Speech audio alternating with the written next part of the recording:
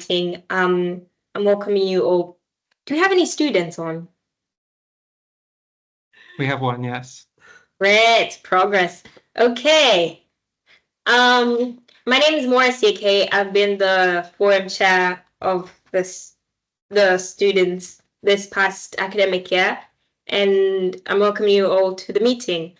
To begin with, this meeting is being recorded and will be posted on the website, and I'll run through the meeting's agenda.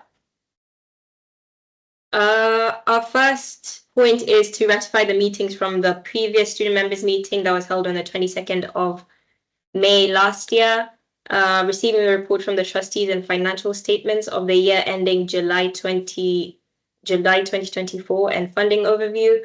The third point is approving the list of affiliations. The fourth, opening questions to the trustees and closing the meetings.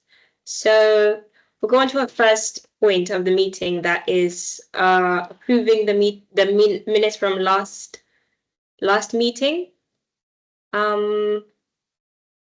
So the meetings minutes are available on the website under the student meetings tab, student voice tab, and how you're represented. So the minutes will be taken as they were. They'll be ratified as such unless we have anyone disapproving of them.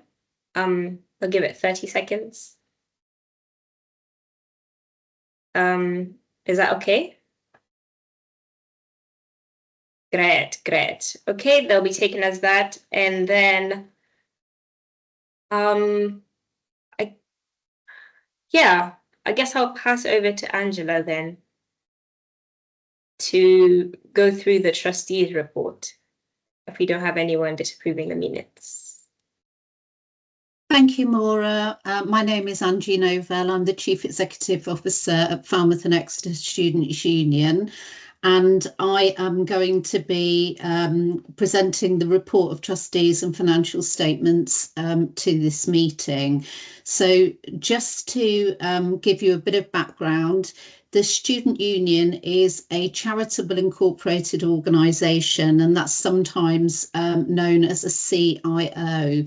And what that means is that we have to follow Charity Commission regulations, and we have to include this report and financial statements as a legal requirement. They have to be published and made available to all members.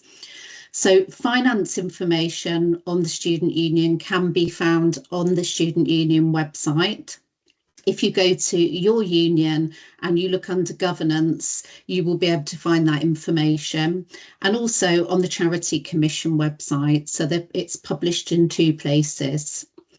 The latest trustee report and financial statements for the year ending 2024 will also be available for you to be able to see on the Charity Commission website. So I'm now going to talk you through a couple of slides to show you where our income comes from and the categories of expenditure that we've incurred as a union in furtherance of our charitable objectives. So this is the income slide, so that you can see the income that the Student Union received in the year 23-24. So this is where our income comes from, and I will also be showing you how the income is spent. So our main source of income, as you can see, is grants from partner institutions, which are the University of Exeter and Falmouth University. So it's Falmouth, £500,000, which is 55% of our income, and Exeter, £377,740, which is 42% of our income. In addition, we have £26,649 £1,000, which is 3% of our income, and that's income that's generated through events and the sale of student union assets and some interest as well. The Student Union is unique in the sector that it has no commercial services or grants from other grant-making bodies. And then moving on to the Student Union expenditure. So this slide shows the income allocated throughout the year, broken down by department. So I'm just going to talk you through each area. So in terms of the central area, £281,977 is allocated to central services. This is the part of the organisation that looks after the central functions of the union. That's senior leadership, HR, finance, specialist organisation advice and support. Our NUS and BUCS affiliations and specialist subscriptions, insurance, staff, training costs, travel costs, and depreciation are all included in this area. Then we have communities, which is £135,059. This was previously known as student opportunities and student activities, and funding is allocated to all student-led clubs and societies, and this includes the costs and costs for the minibus. And then we have sabbaticals, £136,274, employing the 4 sabbatical officers who also form part of the Board of Trustees. They represent your views and interests to the universities and the wider community, and it's their job to ensure that the student union is acting in the best interests of you, our student members. Engagement, 153,396, previously known as communications. Cost relates to our digital presence, engagement and information to all students.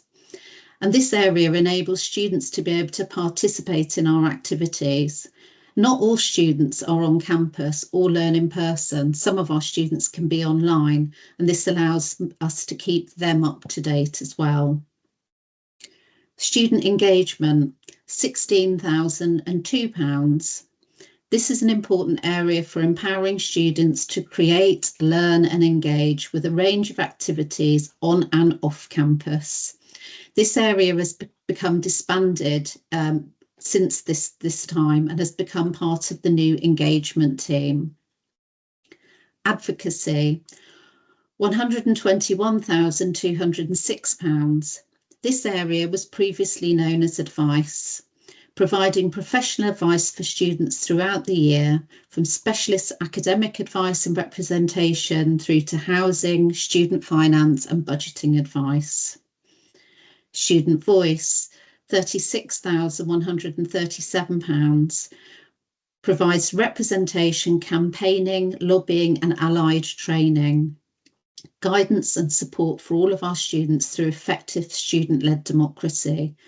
This area has also been disbanded and has now been split between advocacy and engagement. And then projects, £7,166. This year, our project saw us continuing with our SU branding and completing the final touches to the SU space. These are the main categories of expenditure and how they've been allocated for the income from the previous slide. Moving on then to a list of affiliations for 2023-24. We are required to present our affiliations to you for approval, and this is a legal requirement of the Education Act 1994. Our NUS affiliation cost us £21,943.50 last year. We are part of the NUS because they articulate the student voice nationally on issues of importance to students, to the government and other sector bodies. We also benefit from being able to take part in sector consultation on issues within the sector, e.g. the new OFS Condition of Registration for the Higher Education Freedom of Speech Act. The NUS feedback the collated views of student unions across the country back to the relevant bodies. BUCS affiliation. The BUCS affiliation cost £2,067.88 last year. BUCS arranges inter-university sports leagues, which some of our SU sports clubs take part in. Affiliation is important to give student members the best opportunity, and we're required by law to let you know that we're affiliated with them and to give you the opportunity to voice your opinion on these affiliations.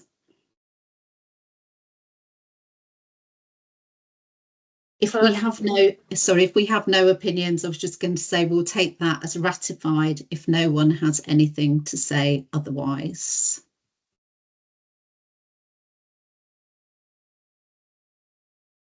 Yeah. Okay, hand you back to Maura. Okay, thank you very much, Angela, for that run through.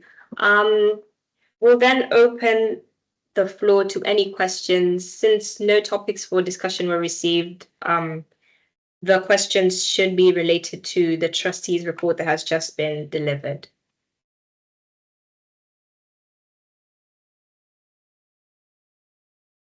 Any questions? Very well then. If we have any other questions that will come later relating to other matters, be happy to pop into the SU office or email the student union.